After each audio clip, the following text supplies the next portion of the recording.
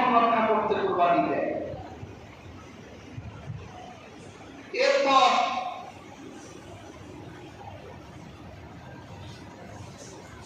নতুন আত্মীয় হয়েছে, কুরবানি না দিলে ইজ্জত থাকে না, কুরবানি দেয়। পাশের বাড়ি অমুক দিলে, আমি না দিলে কেমন হয়, কুরবানি দেয়। ওয়াজিব হয় নাই, সামাজিকতা রক্ষা করতে ধার দেনা করে কুরবানি দেয়। ইব্রাহিম আলাইহিস সালাম কি এই উদ্দেশ্যে কুরবানি করেছিলেন? একমাত্র আল্লাহকে খুশি করার জন্য। আল্লাহ খুশিও পেয়েছিলেন, এই জন্য আল্লাহটা রেখেও দিলেন। আল্লাহ পাক বলেন, লাই ইয়ানালাল্লাহা লুহুমুহা ওয়ালা দিমাউহা ওয়ালাকিন ইয়ানালুহুত তাকওয়া মিনকুম। তোমরা যে কুরবানি দাও, এটা বস্তু আমি নেই না, এটা রক্ত আমি গ্রহণ করি না। আমি তোমাদের হৃদয়টা দেখি যে তোমরা কি হৃদয়টা আমার সামনে উপস্থাপন করবে। যদি তোমরা সামাজিকতা নিয়ে হাজির হও, তোমার গরু জবাই হবে, খাওয়া হালাল হবে, কিন্তু আমার কাছে কোনো ফায়দা তোমার পক্ষ থেকে গ্রহণ হবে না। যদি তুমি নতুন আত্মীয়তার সম্পর্ক বজায় রাখার জন্য কুরবানি দাও, বিসমিল্লাহ বলার সাথে সাথে জবাই হবে, কুরবানি হবে না। তুমি যদি হালাল পয়সা দিয়ে আমি আল্লাহর সামনে কুরবানি হাজির করো, তোমার ঈমান, তোমার প্রাণী বিসমিল্লাহ বলার কারণে খাওয়া বৈধ হতে পারে, কিন্তু তোমার কুরবানি আমি আল্লাহর কাছে কবুল হবে না। তাহলে কবুল করার জন্য তাকওয়া লাগবে। আল্লাহ পাক কোরআন কারীমে এইরকম তাকওয়ার দৃষ্টান্ত রেখেছেন, সূরা বাকারার ভিতরে রেখেছেন। সহিহ সনদের হাদিস বুখারীতে এসেছে, বনি ইসরাঈলের যুগে ধনাঢ্য এক চাচা ছিলেন, তার এতিম এক ভাতিজা, ঘরে সুন্দরী এক কন্যা, এই ছিল তাদের সংসার। এতিম ভাতিজা আর চাচাতো বোনের বয়স প্রায় কাছাকাছি।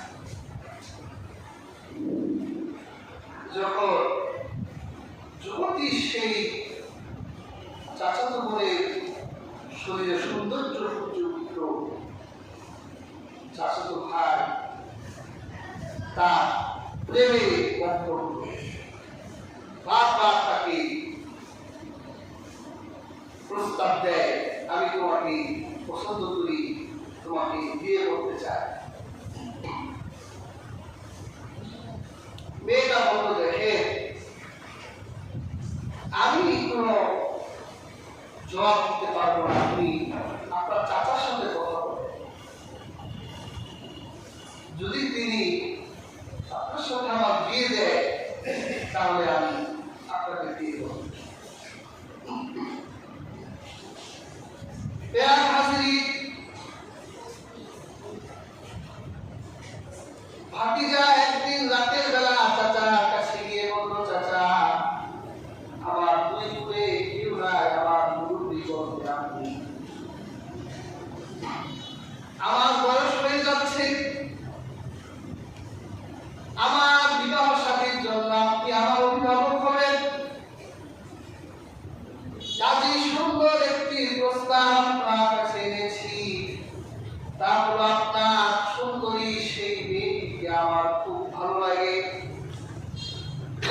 যদি আপনি আপনার সুন্দরী কন্যাটিকে আমার কাছে দিয়ে দেন, তাহলে আমি আপনার ছেলে হয়ে গেলাম, আমাদের মধ্যে সম্পর্ক আরো দৃঢ় হয়ে গেল।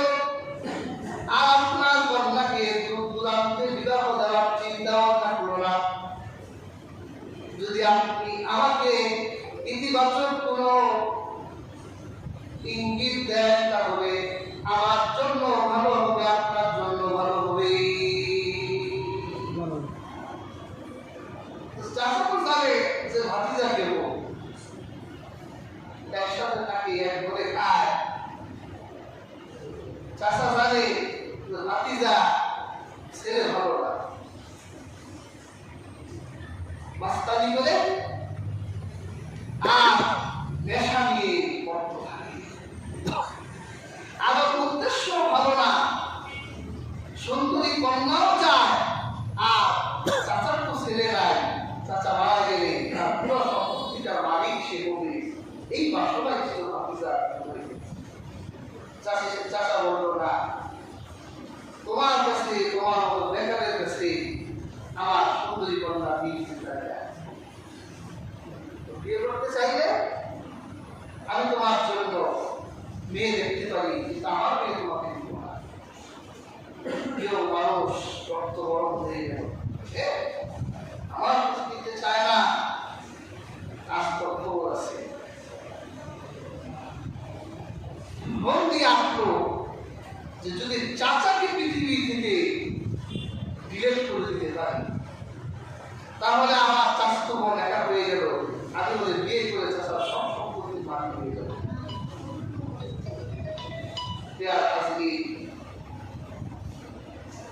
তখন চাচাকে রাতের বেলা পাশের গ্রামে এক বিলের ভিতর নিয়ে ভাতিজা হত্যা করল। হত্যা করার পর জঙ্গলে চাচাকে জঙ্গল দিয়ে ঢেকে বাসায় চলে আসে। সকালবেলা চাচার বাড়ি থেকে কান্নার আওয়াজ আসে, চাচাতো বোন কান্না করছে, আমার বাবা বাড়ি ফিরে কোথায় গেল। কান্নার আওয়াজ শুনে পাড়ার প্রতিবেশীরা হাজির হল, খোঁজাখুঁজি শুরু হয়ে গেল। ভাতিজা চাচাতো বোনকে সান্ত্বনা দেয়, কান্না করিস না, যেভাবেই হোক চাচা যেখানে আছে, আমি চাচার একমাত্র ভাতিজা, যেভাবেই হোক আমি আমার চাচাকে বের করে আনবই। বের তো ওই করবে। চাচাতো বোনকে সান্ত্বনা দিয়ে এবার খোঁজার ঘটনা শুরু করলো। চাচা কই, কাটাকাটি শুরু করলো, থানায় যায়, মামলা করে, চিঠি করে, মানে এর থেকে আর বড় মাসুম মানুষ আর আকাশে দিচ্ছে। অবশেষে ও নিজেই সেই জঙ্গলের ভিতর থেকে চাচার লাশ আবিষ্কার করল। কান্নাকাটি একেবারে বিলের ভিতরে পা হাত পা ছড়ায় অজ্ঞান হয়ে যাচ্ছে, আমার চাচাকে কে হত্যা। এলাকার মানুষের উপর দোষ চাপায় আপনারা হত্যা করছে।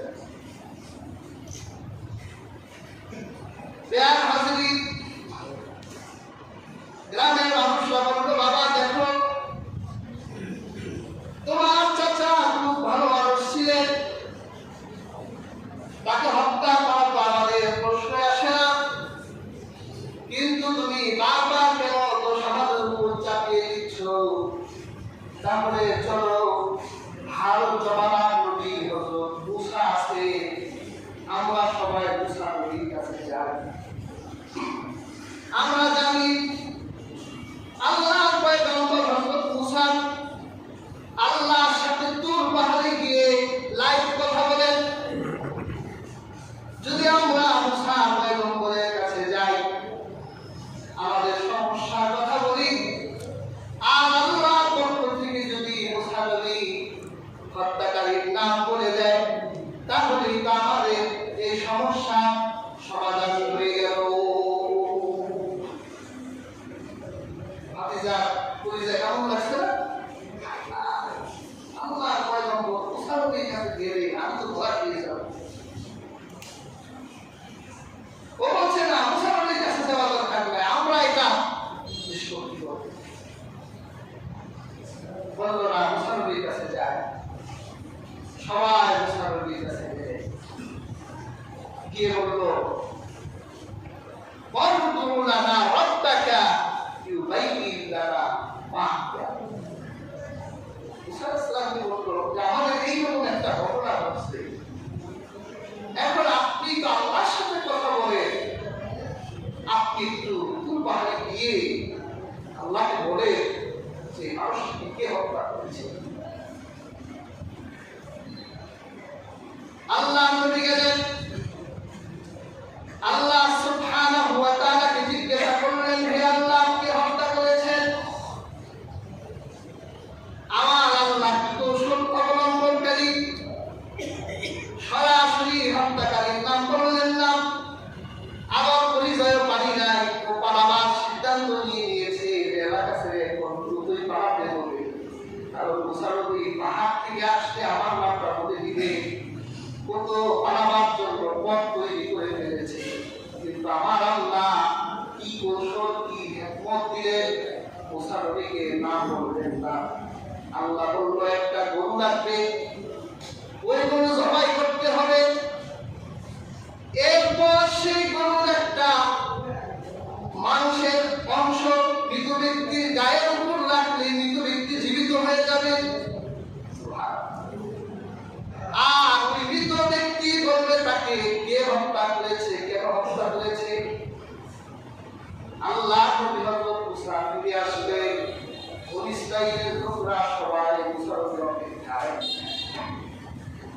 আল্লাহ পয়গম্বর মুসা বললেন, আল্লাহ তার পক্ষ থেকে তোমাদেরকে একটা হুকুম দিয়েছেন, তোমরা একটা গরু সংগ্রহ করো, আর ওই গরুটা জবাই করার পর তার মাংসটা মৃত ব্যক্তির গায়ের উপর রাখো।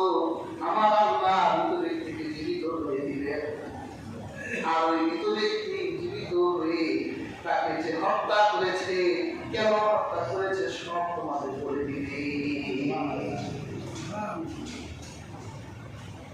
আল্লাহ এই পদক্ষেপটা কেন নিল? বনী ইসরাঈলের ভিতরে একটা ধারণা হয়ে গিয়েছিল যে জাদুকররাই সব করতে পারে। ওই সময় জাদুবিদ্যা একটা প্রচলন ছিল। এটা তাবিজের কিতাবে লেখা, মিশরীয় তাবিজের কিতাব। এর মানে হলো পৃথিবীতে জাদুবিদ্যা সবচেয়ে বেশি চর্চা করা হতো মিশরে। বনী ইসরাঈলরা আমার আল্লাহ তাদের এই ধারণা মুছে ফেলার জন্য একটা মৃতকে তাদের সামনে জীবিত করবেন, তাদের দেখিয়ে দিবে আল্লাহ ক্ষমতা দেখো, আর হত্যাকারী নামটাও করে যাও। আল্লাহ একদিকে দুই পাখি মারবেন। ওরা গরুর কথাটা যখন শুনলো সব বেজার হয়ে গেল, আর ভাতিজা খুশি হয়ে গেল, না আল্লাহ আমাকে বাঁচাইছি, না তো বলে দেয় একটা গরুর কথা বলছে, এবার আমি গরু নিয়ে খেলবো। ওরা মুসা ইসলামকে বলতো, আমরা চাইলাম হত্যাকারীর নাম, আর আল্লাহ আমাদের গরু ধরাই দিল। মুসা ইসলাম বলতো, আমি তোমাদের মতো জাহেল ব্যক্তিকে আল্লাহর কাছে আসতে চাই। ওয়ালা আউযু বিল্লাহি আন আকুনা মিনাল জাহিলিন, তোমাদের মূর্খদের থেকে আমি আল্লাহর কাছে আসতে চাই। আল্লাহ বিধান দিয়েছে, তোমাদের বিনা প্রশ্নে বিনা বাক্যে সেই বিধানকে মেনে নিতে হবে। তোমরা আল্লাহর বিধানের উপর কথা বলতে চাও। ওরা তো চুপ হয়ে গেছে। মুসা ইসলাম আল্লাহ থেকে যে বিধান এনেছে আমরা সেই পালন করি। হত্যা 50,000 টাকা একটা গরু দিতাম, তো 50,000 টাকার বিনিময়ে যদি হত্যাকারীর নাম জানতে পারি খারাপ। ভাতিজা বললো, আসেন আসেন সবাই আসেন, গরুর কথা তো জানলাম, আসেন কথা আছে। সবাই উঠাই নিয়ে রাস্তা দিতে যাচ্ছে, আর বলছে মুসা ইসলাম যে গরু গরুর কথা বললো, কিন্তু গরুটা কেমন হবে মুসা আলাইহিস সালাম এটা বললো না। মানে ধান্দা মুসারে আবার আল্লাহ কাছে পাঠায়। ওরা বললো কথা তো খারাপ না, ভালো কথাই বলছো। পরদিন মুসা আলাইহিস সালামের কাছে গিয়ে বললো মুসা, গরুর কথা তো বললাম, কিন্তু গরুটা কেমন হবে সেটা তো বললা না। মুসা আলাইহিস সালাম বলল ঠিক আছে, তোমরা আমার আগামীকাল আসো, আমি আল্লাহর সাথে কথা বলে আনবো। হযরত মুসা আলাইহিস সালাম আবার তুর পাহাড়ে গেলেন। হে আল্লাহ, তারা জানতে চেয়েছে গরুটা কেমন হবে। আল্লাহ বিধান দিলেন গরু বড় হবে না, ছোট হবে না, মাঝারি হবে। সবাই পরদিন আসলো, মুসা গরু কেমন হবে। মুসা আলাইহিস সালাম বলল আল্লাহ পাক করেছে এটা বড় হবে না, ছোট হবে না, মাঝারি হবে। সাথীরা বলল আসেন আসেন, কথা আছে, আবার একসাথে যায়। আল্লাহ তো বললো মাঝারি হবে, মাঝারি গরু তো হবেই না। গরুটার রং কেমন হবে এটা তো আল্লাহ স্পষ্ট বলল না। পরাপর দিন মুসা আলাইহিস সালামের আওয়াজ, মুসা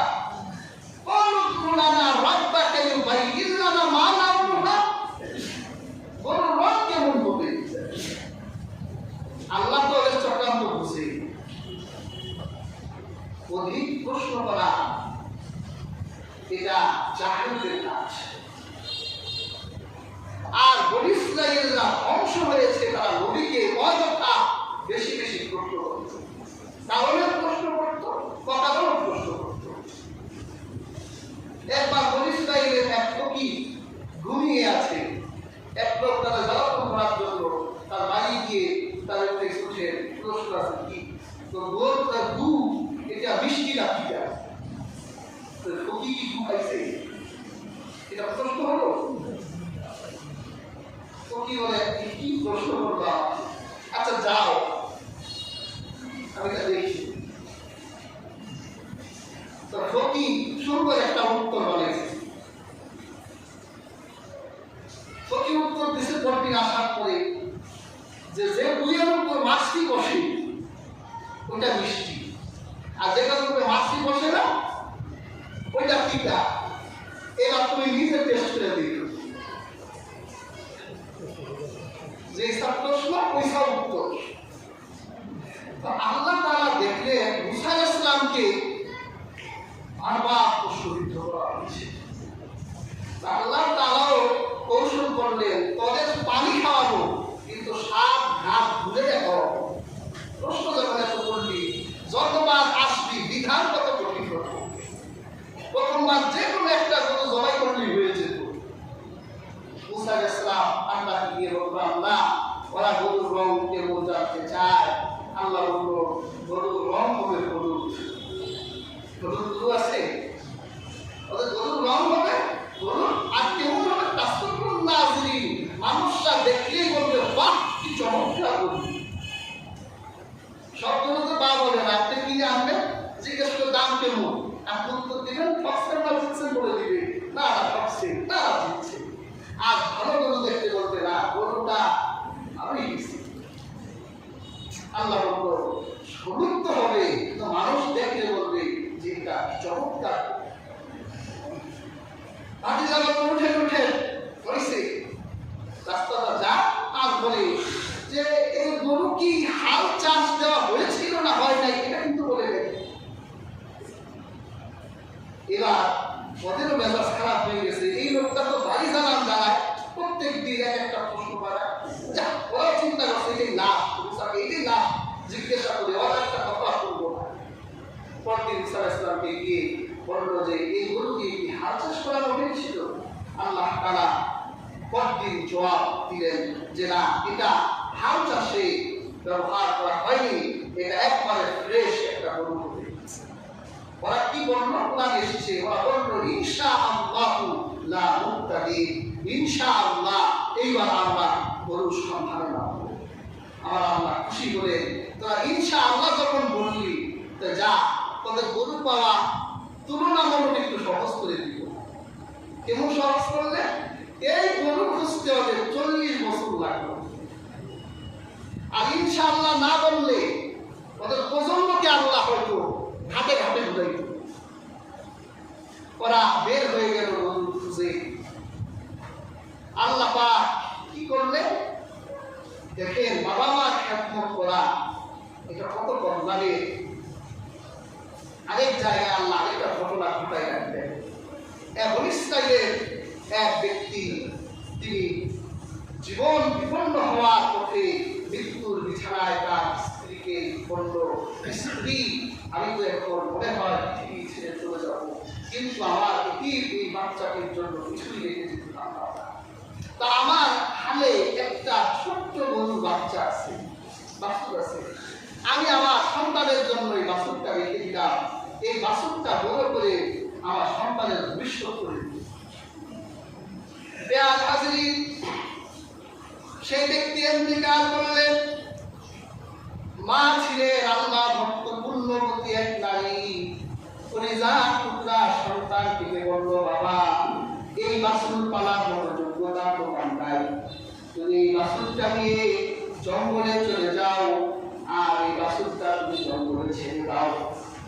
সারা সময় তুমি বলবে, আকাশের দিকে হাত উঠিয়ে আল্লাহকে ডেকে বলবে, হে ইব্রাহিম, ইয়াকুব, ইসহাকের রব, তোমার নামে আমি বাছুরটা ছেড়ে দিলাম।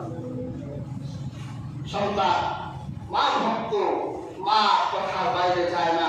বাছুরটা নিয়ে জঙ্গলে গিয়ে আল্লাহকে ডেকে বলল, হে ইব্রাহিম, ইসহাক, ইয়াকুবের রব, তোমার নামে আমি বাছুরটা জঙ্গলে ছেড়ে দিলাম, তুমি তোমার নামে এই বাছুরটা প্রতিপালন করতে থাকো।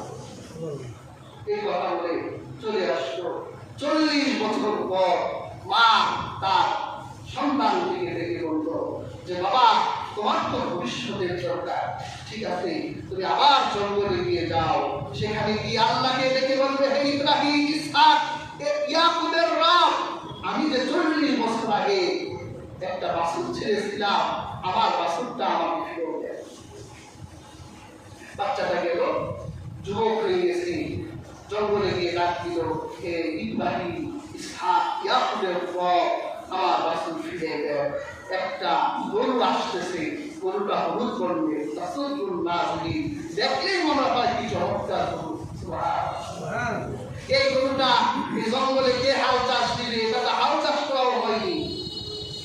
বড় না, ছোট না, মাঝারি বয়সে একটা গরু দৌড়ে আসতেছে।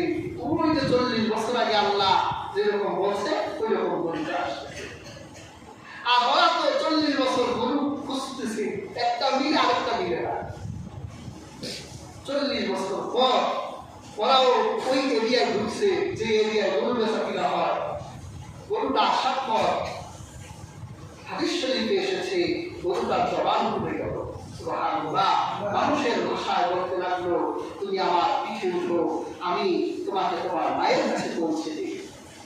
যুবকটা বলতো, দেখো, আমার মা আমাকে তোমার হাত ধরে নিয়ে যেতে বলেছে, তোমার পিঠে উঠতে বলে, তাই তুমি তোমার মায়ের সব কথা শোনো। যদি তোমার মায়ের কথা আমাকে না বলতে, তাহলে আমি তোমার কষ্টটা স্বীকার করতাম না, দুটা দিয়া তোমার সরাই দিতাম। মায়ের কথা বলেছো, তুমি যা বলবো আমি তাই শুনবো। মায়ের কাছে যাওয়া হলো, বাবা বাঁচাতে নাও, এটা ছাগল দলের 5 টাকা বিক্রি করতাম। বাজারে উঠানো হলো।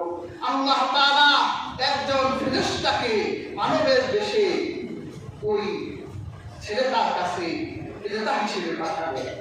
ওই ফেরেশতা মানবের রূপ ধারণ করে ওই যুবকটিকে জিজ্ঞাসা করলো, তোমার এই গরুটা বিক্রি করবে? হ্যাঁ, আমার গরুটা বিক্রি করবো। কত বিক্রি করবা? পরে মা বলছে 5 টাকা। একটু ভালো করে দেখে বাবাকে ফেরেশতারা বলতেছে, আমি তোমার গরুটার দাম 10 টাকা দিতে চাই। কি বলেন, আমরা থাকলে দ্রুতই গ্রহণ করতাম, বেশি যখন বলছে দিয়ে দেয়। ছেলেরা বলছে, না, আমার মা 5 টাকার কথা বলছে, যাও তোমার মায়ের কাছে মিটিং করে আসো, 10 টাকা বিক্রি করবে কিনা। ছেলেটা মায়ের কাছে গেল, মা, একজন ক্রেতা 10 টাকার কথা বলছে। এইভাবে তিনবার মা বুঝতে পারলো যে এটা হয়তো কোনো মানুষ না, হয়তো আল্লাহর পক্ষ থেকে তাহার উপর ফেরেশতা হবে। তো বাবা, তুমি ওই ব্যক্তিকে বলবা এই গরুর দাম কত আপনি বলে দেন। ছেলেটা এসে বললো গরুর দাম কত আপনি বলেন। হ্যাঁ, এইবার তুমি লাইভে আসছে, এটার দাম আমার কাছে জানতে চেয়েছো। তোমার কাস্টমার চৌরাস্তার মোড়ে এসে গেছে, একটু পরেই তোমার সাথে দেখা হবে। তো তারা যখন তোমাকে জিজ্ঞাসা করবে দাম কত, তুমি বলবা এটা জবাই দিবে, চামড়া বিছানোর পরে চামড়ায় সোনা ঢালতে থাকবে। যখন সোনা চামড়ার বাইরে যাবে এটা মূল্য তখনই শেষ। মুসা আলাইহিস সালামকে বারবার প্রশ্ন করো, আল্লাহ 40 বছর পর তোদের ঘরে একটা সোনাও রাখবো না। ওরা ঘুরতে ঘুরতে যখন গরুটা আমাদের নজরে পড়লো, আল্লাহ তর্কটা আদায় করতে লাগলো। হায় হায়, সব মিলে গেছে, আলহামদুলিল্লাহ পেয়ে গেছি। বাবা, তোমার এই গরুটার দাম কত বড়? সব মিলে গেছে। আমার গরুর দাম এরকম। সবার মাথা তো নষ্ট। কেউ বলে চলেন আরেক হাটে দেখি, অনেকে বলতেছে না, ছেলে গেলে আবার 40 বছর ঘুরতে হবে, এটাই নেই।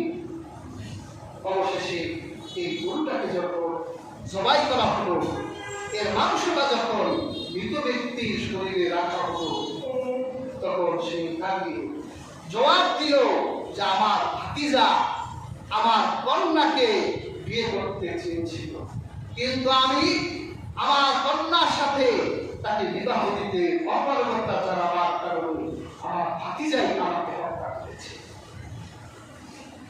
সবাই মিলে কি বানানটা দিছে? তুই নিজে হত্যা করলি, আর 40 বছর ঘুরে আমাদের সম্পদ নষ্ট বছর পরে গেছে। প্রিয় হাজরিন, আল্লাহ তাআলা সূরা বাকারায় এই ঘটনাটি উল্লেখ করেছেন। কেন উল্লেখ করলেন? আল্লাহ তাআলা আমাদেরকে মেসেজ দিতে চাইলেন যে 40 বছর ঘোরার পর তাদের একজনের হৃদয়ে শয়তানি ছিল না, তাকওয়ায় ভরে গিয়েছিল যে হে আল্লাহ, তোমার সামনে এই কুরবানি হাসিল করলাম, এখন কুরবানি দেওয়ার পরে যদি তুমি কবুল না করো, তাহলে আমাদের 40 বছরের পরিশ্রম বৃথা চলে যাবে। তাদের হৃদয়কে আল্লাহ তাকওয়া দিয়ে ভরে দিয়েছিলেন। এই জন্য আল্লাহ তাদের চোখের সামনে একটা মৃতকে জীবিত করার নজির আল্লাহ পাঠান দিলেন। সুবহানাল্লাহ। কাজেই হাজিরিন, আমরা যারা কুরবানি দিতে চাই, আমাদের হৃদয়টাও এইরকম পাপ থেকে ফিরিয়ে সততা আর কল্যাণের আলো জ্বালিয়ে নিজেদেরকে মুত্তাকি করে তুলতে হবে। আপনি যদি নিজেকে মুত্তাকি করে তুলতে পারেন, আপনার নিয়ত যদি ঠিক থাকে, তাহলে আপনি কুরবানি আল্লাহর হুজুরিতে হাজির করার সাথে সাথে রহমতের নদী বলেছেন, ছুরি চালাবার সাথে সাথে রক্ত মাটিতে পড়ার আগেই আপনার কাছে কবুল হয়ে যায়। সুবহানাল্লাহ। শুধু তাই নয়, রহমতের নবী বলেছেন সেই কুরবানির পশুটির শিং, চামড়া, খুর, হাড্ডি যেগুলো তোমরা পৃথিবীতে ব্যবহার করতে পারোনি, কিয়ামতের দিন সেগুলো আল্লাহর সামনে হাজির করে আল্লাহকে বলবে, হে আল্লাহ, তোমার এই বান্দা পূর্ণ তাকওয়ার সাথে আমাকে জবাই করেছিল, আমাকে কুরবানি দিয়েছিল। আমরা এই হাড্ডি, চামড়া আর শিং আমরা কুরবানি দাতার জন্য বৃথা যেতে দিব না। আমরা সুপারিশ করলাম, আপনার বান্দাকে ক্ষমা করে দেয়। কাজেই হাজরিন, আমাদের এই তাকওয়া, এই নিয়াত হৃদয়ে অর্জন করতে হবে। সময় কিন্তু কাছিয়ে গেছে, আর হয়তো 8 দিন সময় বাকি আছে। এই 8 দিন সময়ের মধ্যে আপনাকে তওবা করতে হবে। কুরবানি দাতা রাসূল সাল্লাল্লাহু আলাইহি ওয়াসাল্লাম বলেছেন, সে 10 দিন 1 তারিখ থেকে 10 তারিখ পর্যন্ত তার হাতের নখ, এরপর মাথার চুল, শরীরের যে কোনো রোগ সে কাটবে না। ইহরামের মতো সে রেখে দিবে, কুরবানির পরে সে কাটবে। আল্লাহ তাকে মুরগির সওয়াব দিবে। আল্লাহ তাআলা আমাদের প্রত্যেককে যারা কুরবানি দেই আমাদের প্রত্যেককে ইব্রাহিমের হৃদয় দান করো, তাকওয়াবান মুত্তাকি হিসেবে আল্লাহ কবুল করো। আমিন। যারা সুন্নত